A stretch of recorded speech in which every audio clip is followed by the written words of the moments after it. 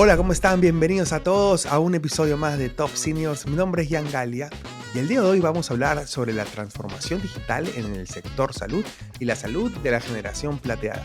Para eso tenemos a una invitada muy especial. Ella es Andrea Barbiero, es consultora del BitLab y es fundadora de Cosalud, una empresa consultora que se encarga de hacer transformación digital para empresas del sector salud.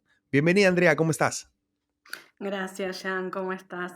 Encantada de estar con vos hoy aquí y poder compartir un poco la experiencia de este nuevo mundo que es la economía plateada y la transformación digital en el mundo de la salud también.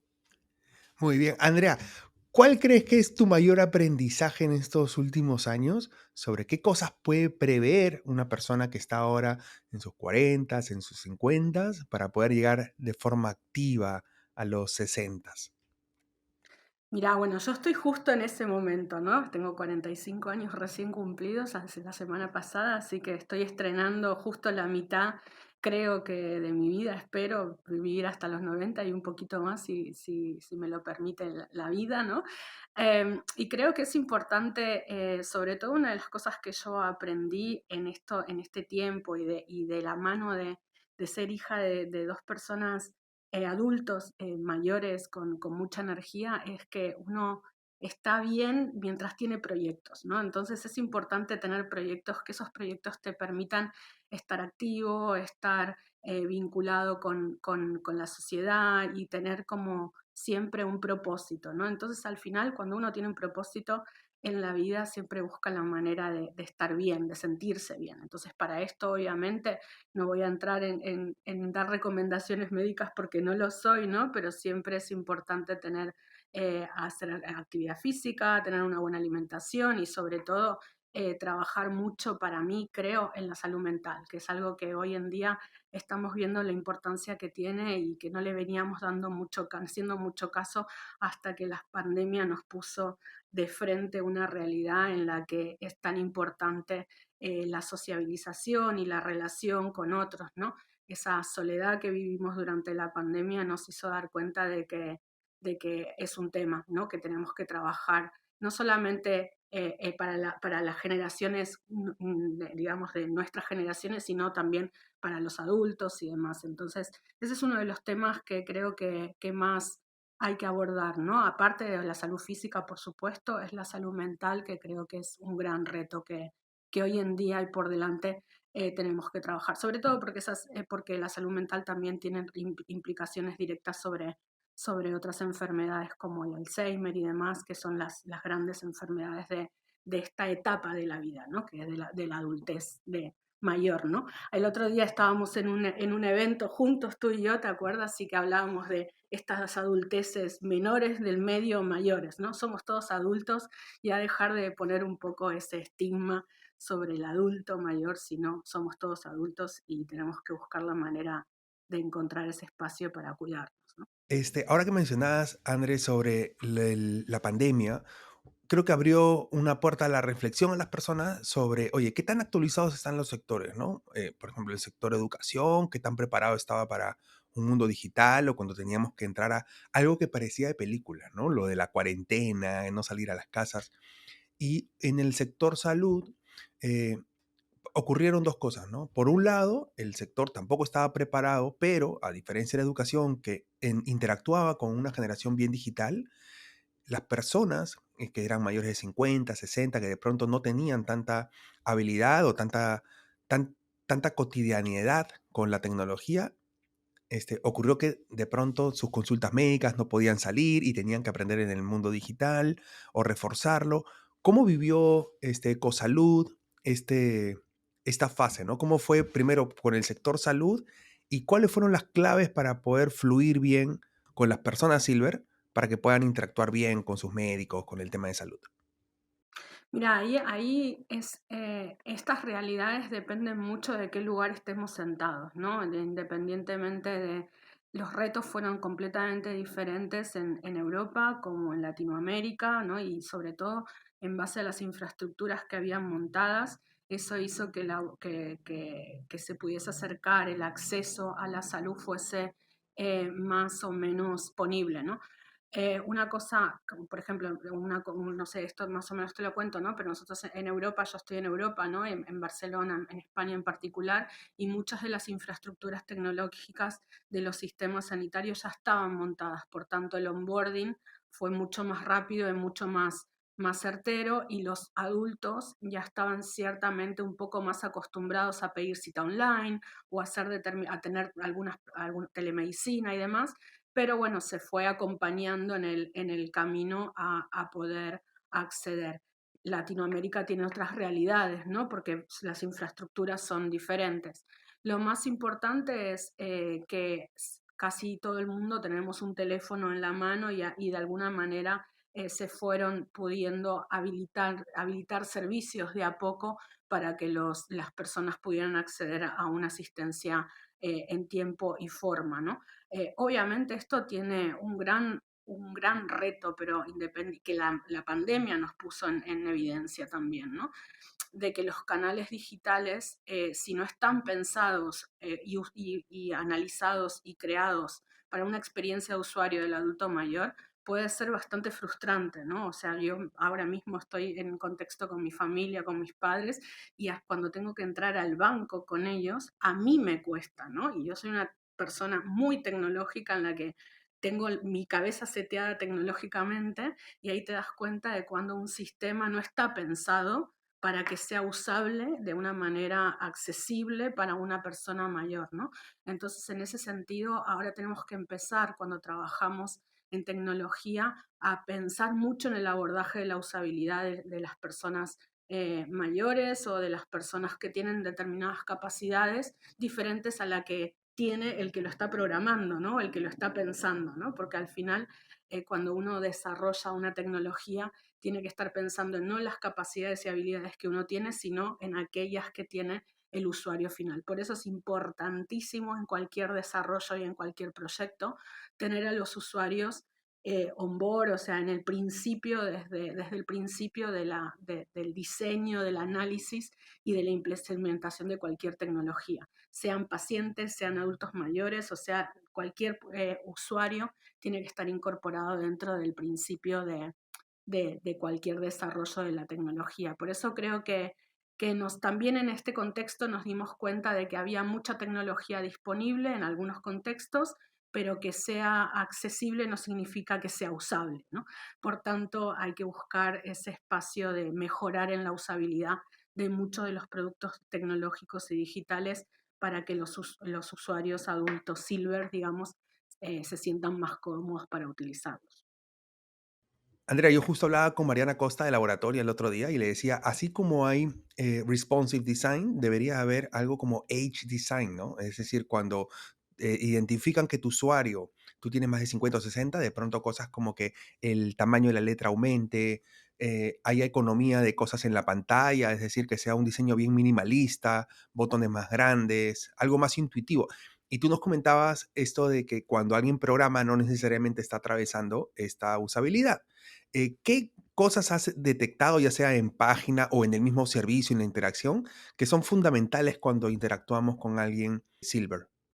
En eso que decís, hay algunos principios de accesibilidad, ¿no? De la AAA y demás, que casi que la gente que tiene conciencia de este tipo bueno, de diseño, las aplica, ¿no?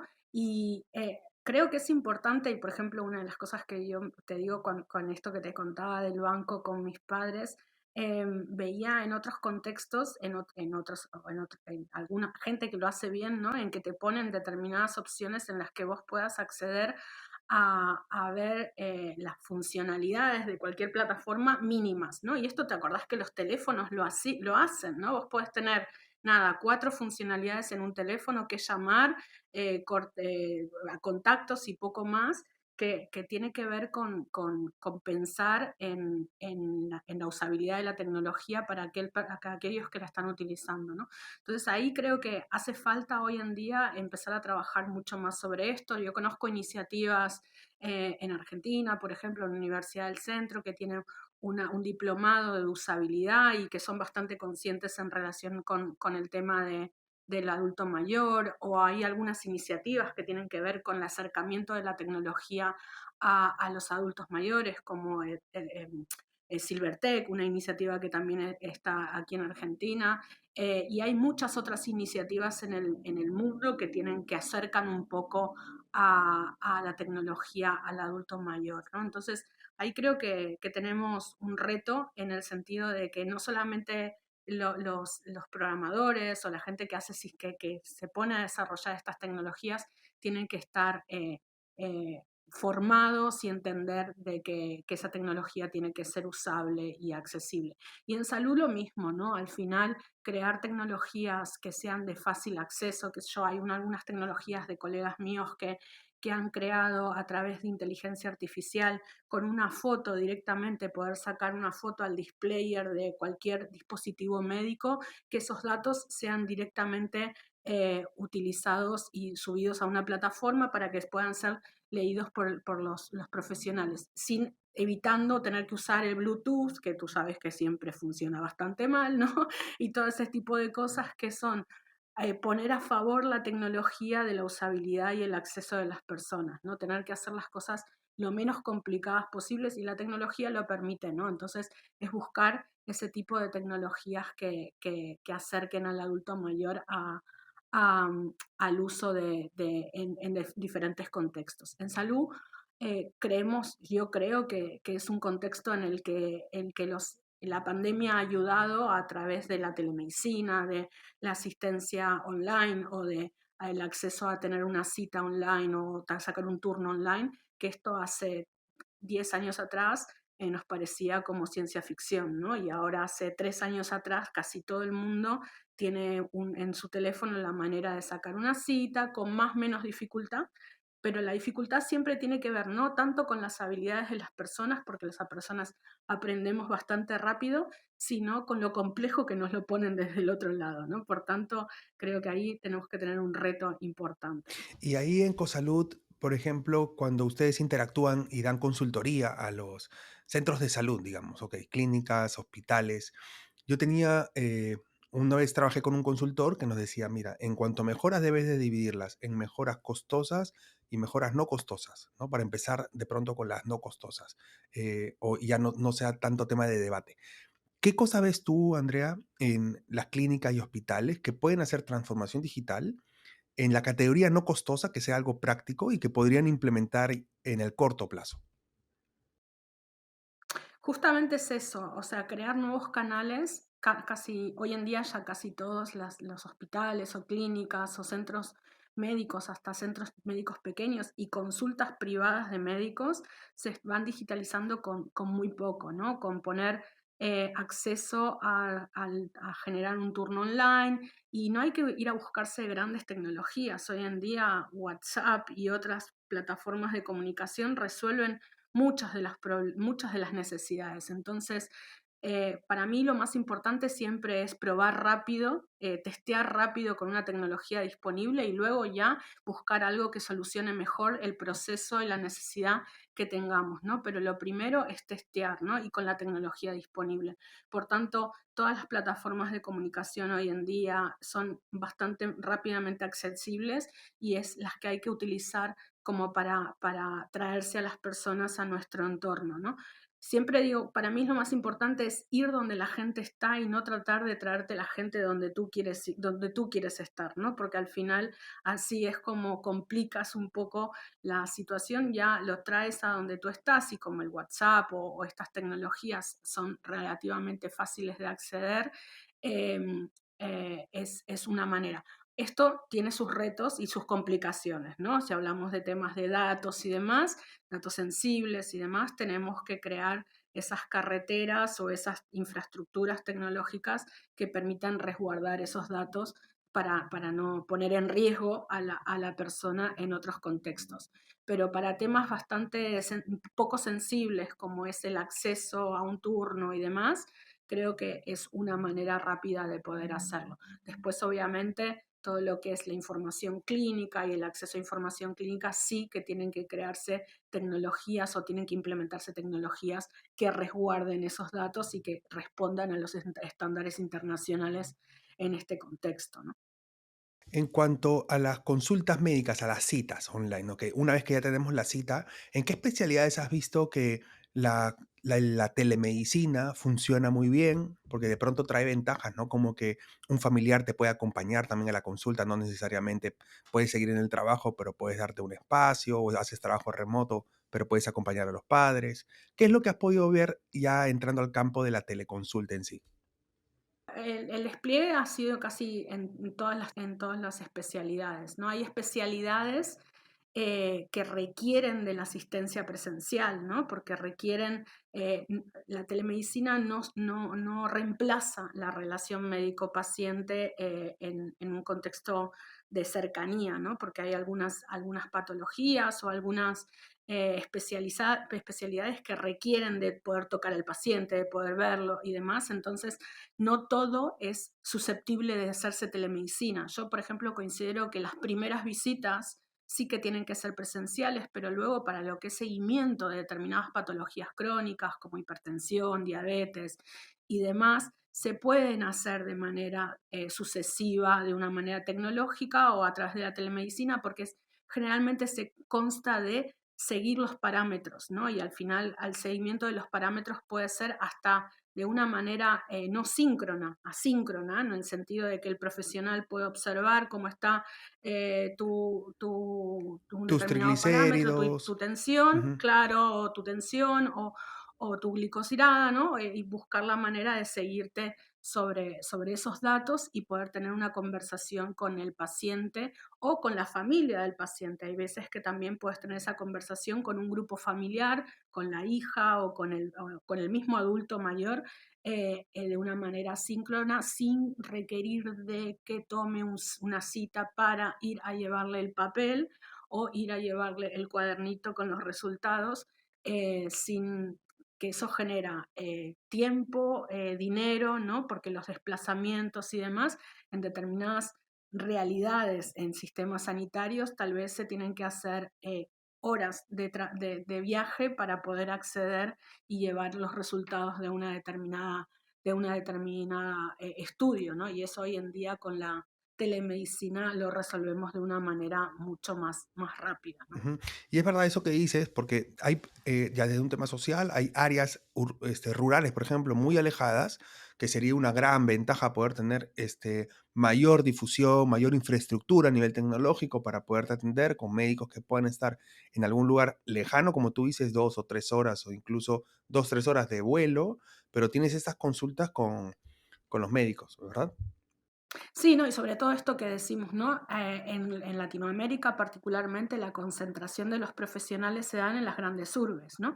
Y entonces, y sobre todo de las especialidades, por ejemplo, no sé, seguramente en Perú o en Argentina, en Chile pasa lo mismo, todo se centra en Buenos Aires, en Santiago, en Lima, ¿no? Y hay determinadas especialidades que o tienes que viajar a estas grandes ciudades cuando sobre todo hay una determinada complejidad, que de esta manera puedes hacer una primera consulta o unas consultas sucesivas a través de la telemedicina y luego sí acercarte físicamente si el profesional requiere de verte y poder seguir la asistencia de otra manera, ¿no? Pero eso, claro, ha hecho que el acceso se cambie el acceso en base al uso de la tecnología, ¿no?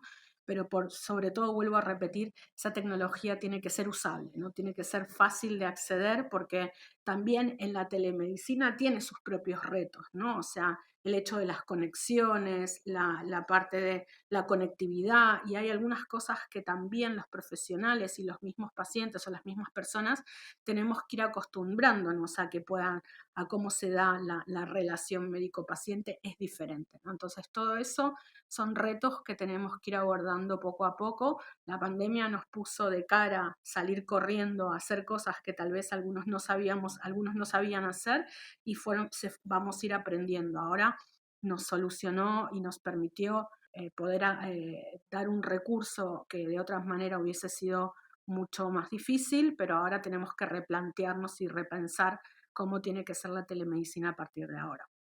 Andrea, y en esto que nos comentas de la usabilidad, que es fundamental, valga la redundancia, los programas que usan para telemedicina son los convencionales tipo Zoom, Meet, Teams o cuáles son los que se están utilizando?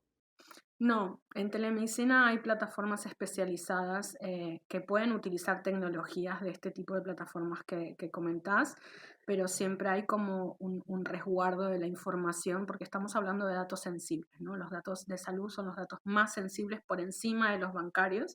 Estamos hablando de la vida de las personas, por tanto es el nivel más alto de seguridad que hay que tener, por tanto hay que crear esas infraestructuras en las que se resguarden, ¿no?, la comunicación médico-paciente y esa información que estamos compartiendo, porque no solamente es la información que podemos estar hablando en la relación médico-paciente asistencial, sino también se pueden compartir documentos y demás, que eso tenemos que tener la seguridad de que esa información no se escape hacia otros lados. Por tanto, las plataformas de telemedicina hoy en día se crean ad hoc, ¿no? Y hay determinados grandes players en el contexto mundial trabajando en este tipo de tecnologías que disponibilizan a grandes hospitales y hay diferentes niveles, ¿no? Puedes tener plataformas mucho más accesibles para profesionales médicos en su propia consulta privada hasta grandes sistemas para grandes hospitales o también para gobiernos, ¿no? Entonces depende mucho la necesidad y el uso qué plataforma es necesaria. Para eso hay que analizar muy bien cuál es el caso de uso, ¿no? Y en base al caso de uso hay tecnologías que responden mejor a esos requerimientos funcionales y tecnológicos que otras plataformas, ¿no? Pero en el mercado hay muchísimas plataformas ahora de telemedicina, cada vez lo vemos más y sobre todo después de la pandemia, ¿no? Después de la pandemia hubo como una proliferación de tecnología en salud que si bien es de celebrar, también es de preocuparse, ¿no? Porque no todo el mundo tiene el conocimiento de lo que es el sistema sanitario, los requerimientos que tienen y demás, y hay que tener un poco de cuidado y conocimiento en relación al mercado, al sector, para poder hacer cosas que no generen nuevos accidentes, como digo. Cuando viene una nueva tecnología, siempre hay un nuevo accidente que hay que tratar de mitigar, por tanto, esto es importante también tenerlo en cuenta cuando uno se atreve a emprender en este contexto que no es para nada fácil.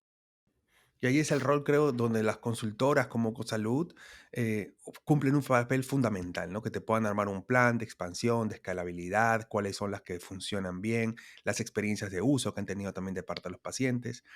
Y moviéndonos ahora un poco al tema de las comunidades y de las asociaciones, sé que eres embajadora del Barcelona Health Club y también perteneces a la comunidad ISAC.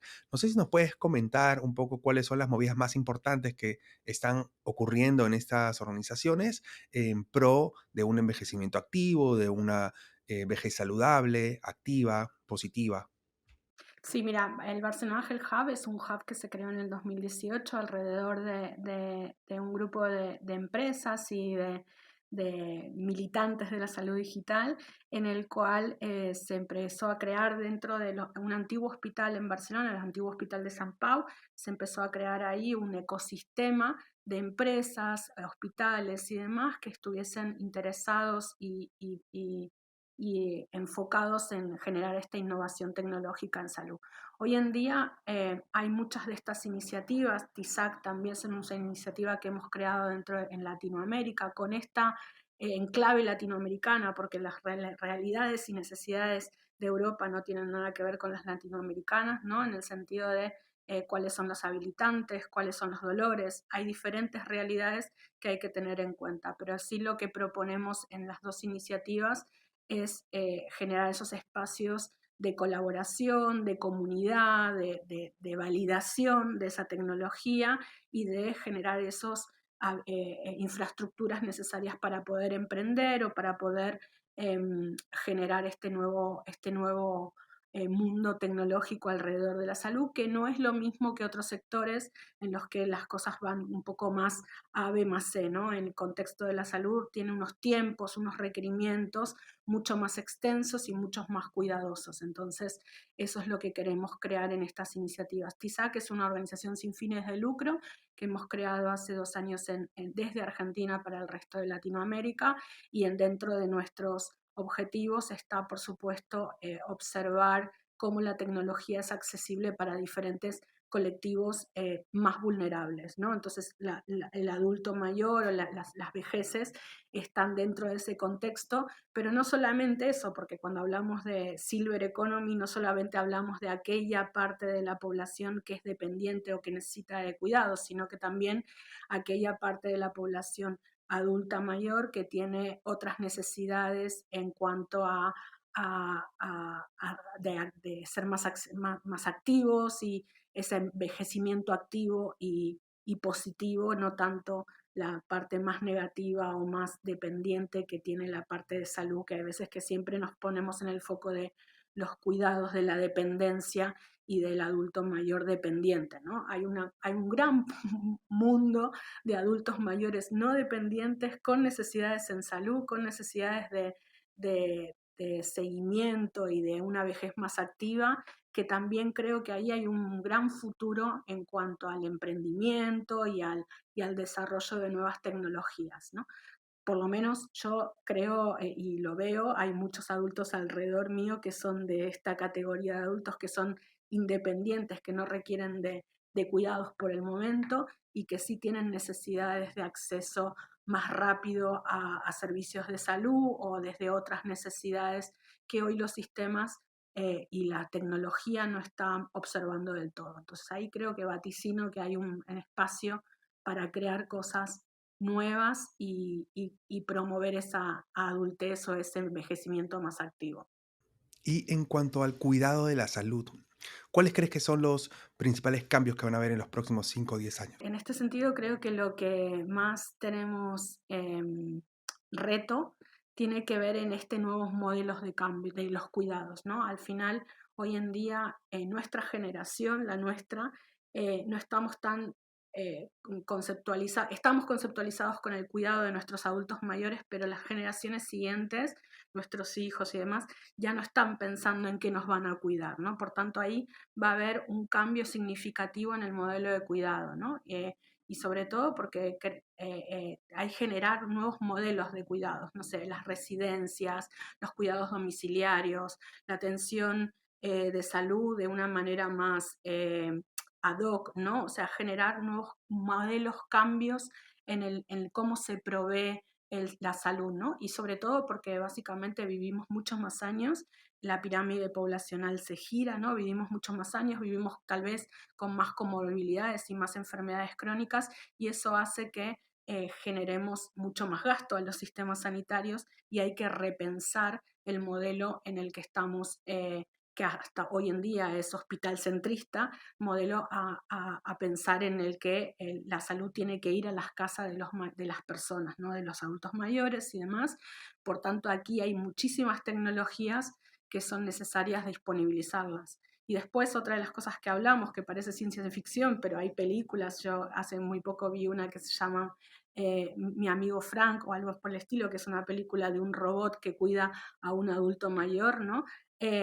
También pensar en este tipo de tecnologías que pueden ayudar a mejorar la asistencia de las personas, al cuidado de las personas, que parece muy frío, pero puede ser una opción en algunos contextos en donde hay adultos mayores que no tienen un contexto que puedan ayudarlos o que puedan cuidarlos, ¿no?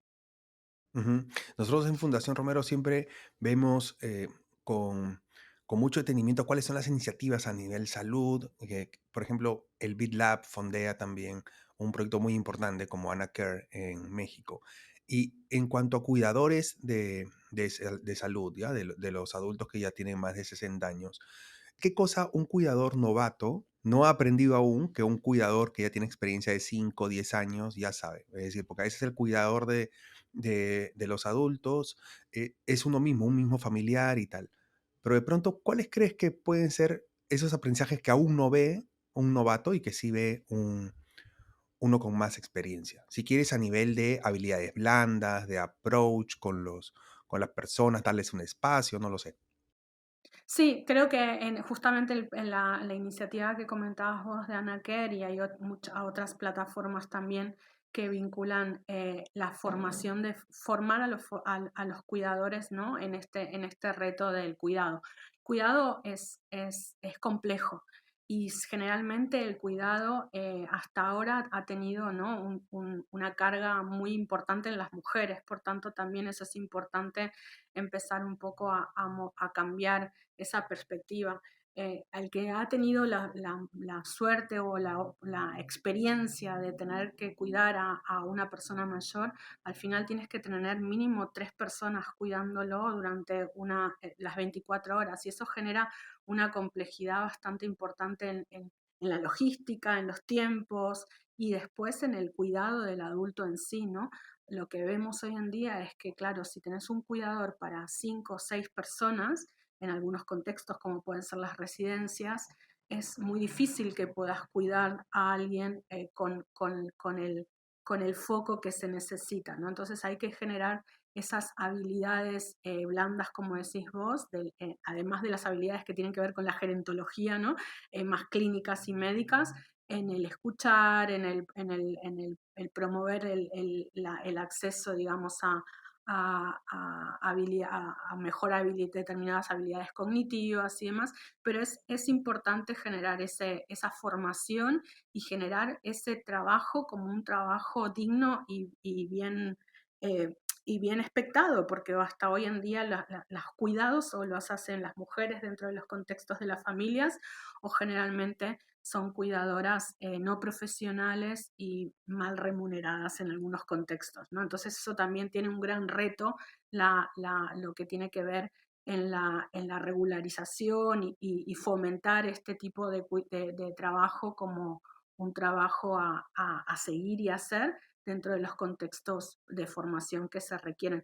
Y hoy en día existen varias de estas plataformas en las que habilitan las plataformas de economía del cuidado que habilitan a poder acceder a cuidadores de una manera mucho más asequible porque tú puedes identificar las necesidades que tienen y te buscan aquellos cuidadores que mejor encajan con tus necesidades, como si fuese un Airbnb o un Uber de los cuidados, que no me gusta, te hago así porque no me gusta mucho el contexto de la uberización de todas las plataformas, pero tiene que ver con eso, ¿no? Generar ese intermediario entre la necesidad y la demanda de otro, ¿no? Sin duda, esto de la profesionalización, que sea una carrera, el cuidado de la salud y no un tema empírico, va a ser fundamental para dar una vejez de calidad, ¿no? Y que es lo que todos buscamos para esa etapa, una calidad de vida. Andrea, ha sido un verdadero placer tenerte en el podcast. Antes de cerrar este episodio, tenemos un ping-pong de preguntas que le hacemos a todos nuestros invitados para conocerlos un poquito más. Y son preguntas cortas para respuestas cortas. La primera es un libro que te guste.